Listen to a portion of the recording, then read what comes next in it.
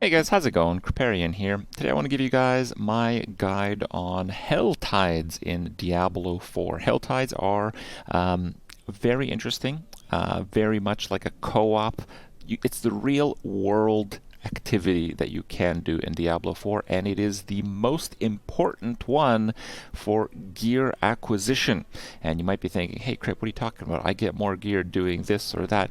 Now that might be true, but Helltide does a few things. First of all, it gives you the unique items that you cannot get anywhere else in the game currently, Forgotten Souls. Forgotten Souls are used to reroll stats on the occultist, and it makes it so you can upgrade a piece that has, like 3 good stats. You can take that 4th stat and make it into a useful one. Now it does another thing. It allows you to get powerful items. You will notice that if you do Helltides, the first time you get into World Tier 3, which is the first time you can get some Helltide action, you will be getting like lots of legendaries, and you will be getting lots of high-end legendaries. So you're going to get the sacred ones when you enter World Tier 3 quite often, and when you do World Tier 4, even if you go to World Tier 4 at like level 55 or 60, you might not be able to do much of the content at all because there's a lot of people doing Helltides all at once, and the co-op aspect of the game lowers the difficulty. It is your main entry point into a new difficulty. That's why Helltide is the most important way to farm gear. It'll let you perfect gear that you find later from Forgotten Soul acquisition, and it is the best way to enter a new difficulty when you are playing Diablo 4. Experience-wise, it's not bad, but it's not super great, but it's not bad. Monsters in Helltide are always at least 3 levels higher than you, and if you enter a new difficulty, it'll be 5 levels higher than that difficulty for whatever reason, I don't know. So, you get into a game, you'll know that a Helltide is happening. If you take up your map, if this is only difficulty 3 and 4, and you see an area like this, and it has this little icon here, it tells you that there is time remaining on the Helltide. So this zone, all of it, and this zone is a Helltide zone. Now, sometimes the Helltide hits 3 zones at once. In this case, it hits 2 zones for this time period, and there is a Helltide for 60 minutes when it begins. There's a small notification in the game, you don't want to miss that, and it lasts for an hour, and then there is a 1 hour and 15-minute downtime, so it's not always like on the hour, and that is a pretty important role. Now, the other part about Helltide is you're going to want to go to helltides.com.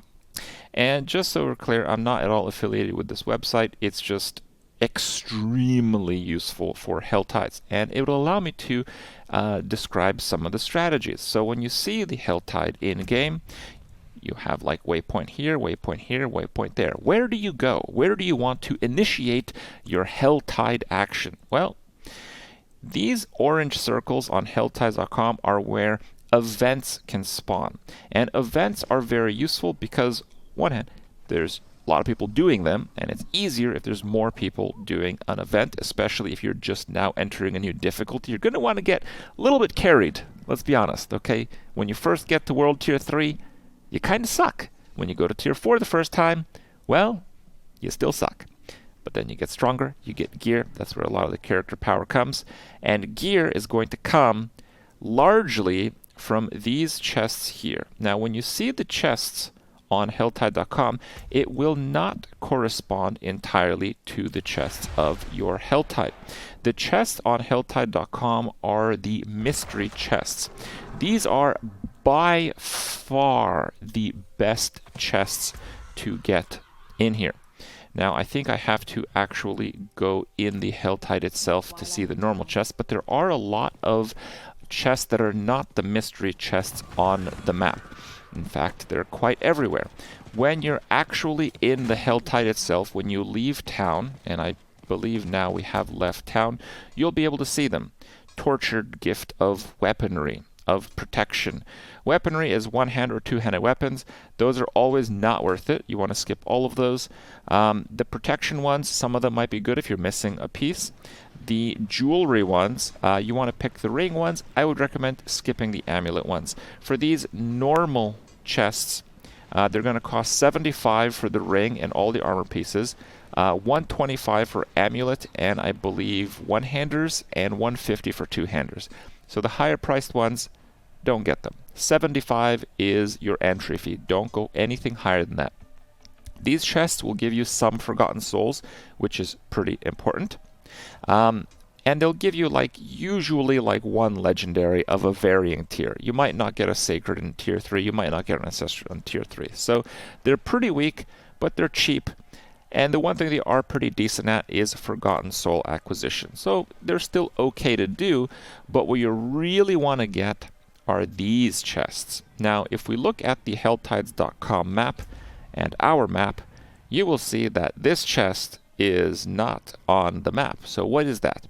Well, the chests that are outlined on Helltides.com are the mystery chests. The mystery chests cost 175 and give you at the very least 2 legendaries, and in my experience will almost always give you 4 legendaries. And in my experience, those 4 legendaries will almost always be of the highest tier available in that difficulty.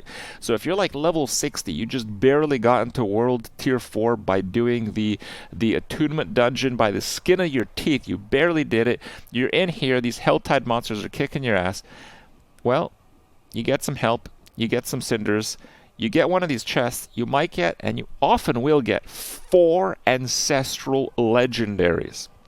And there is some suspicion that they have a bit of a lucky modifier. People have noticed that the stats somewhat abnormally roll high on some of these chest items, so it might even be better than that. So these chests are the money. This is really why these are the best methods to get geared out when you enter a difficulty. And it's not going to take you too many Helltides. You do a handful and you're going to be set for that difficulty easily. Probably not even a handful if you're a pro. By the end of this video, you will be. So you want to get 175. You see all these chests on the map. It's the ones that have the green dot where it spawned for that hour.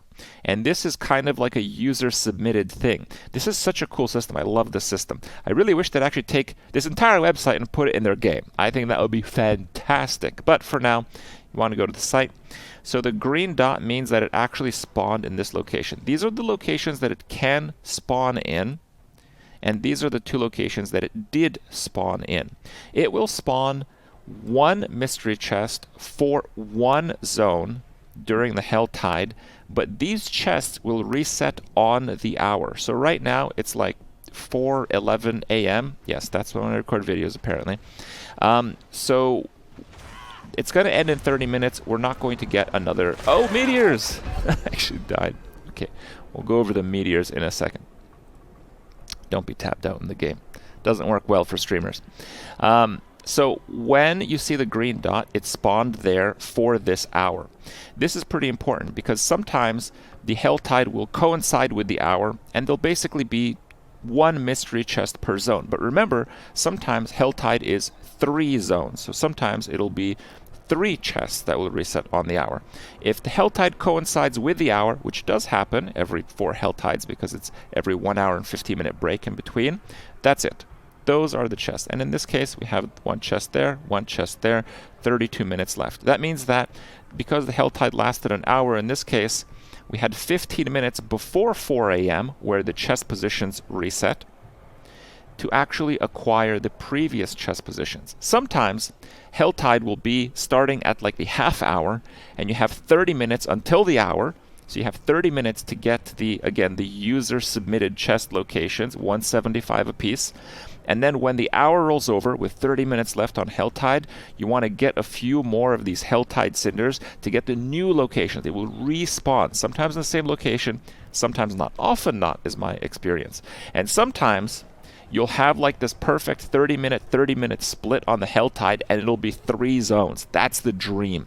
And if you are like an absolute badass and you're going event to event to event, you're killing all the big packs in between, and you are picking up as many Helltide cinders as possible, you might actually get the dream, a 6 chest run. Personally, I haven't done it. I've done 5. Okay, 5's pretty good. Your goal is to get 4. Sometimes 4 won't be possible because of the hour time difference. 3 might be good, but you want to get at the minimum 2. Minimum Helltide, your goal is to get 2 175 mystery chests. And doing so, you're going to get lots of Forgotten Souls, you're going to get lots of loot. Doing the events, going back and forth, they respawn really fast.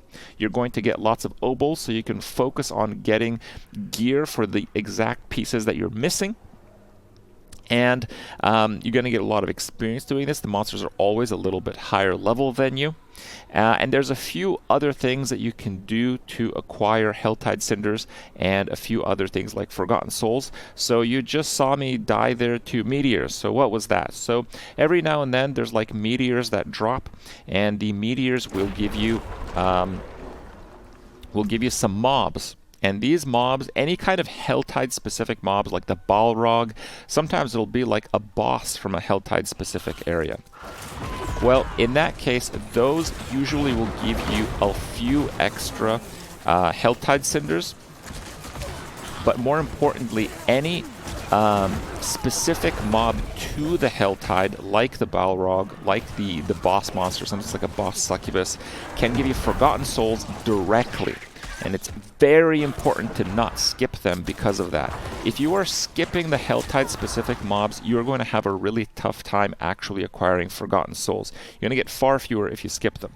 There's also specific nodes from harvesting, and we actually just happen to be spawning around one. Screaming Hell Vein is an ore vein, but we just got 3 Forgotten Souls. That's an entire chest's worth, if you're curious. It's a massive amount.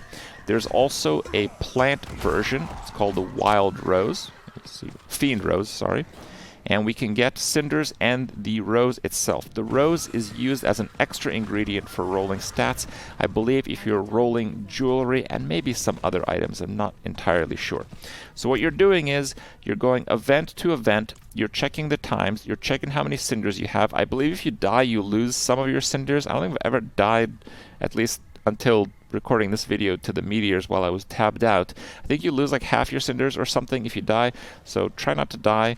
Try not to go too overstacked on cinders, and it's really important to use these locations and not just book it directly, right? So let's say this location here, right? So what I'm gonna want to do is I'm gonna mark it on my map, and I know there's events here and here. So I'm gonna go back and forth in these events, and if this event finishes, I might start going towards there. So you want to path efficiently. It's all about trying to use efficiency to your best ability during the Helltide. And overall, my experience in Helltide is really quite a wonderful one because of all the different things happening. It is the real, like, open world-ish experience that I think they are really trying to deliver. It's kind of lame that we have to use a website to kind of fill the gaps, but overall, if you do a few of these Helltides with these tips, with the site, I think you're going to have a lot more fun, and you're going to have far more rewards than you did in the past. While Helltide is not like the best way to get experience, it is pretty good across the board, and you definitely should never miss it when you're getting into a new difficulty. So, hope you guys enjoyed it, and now you too can be a Helltide Pro.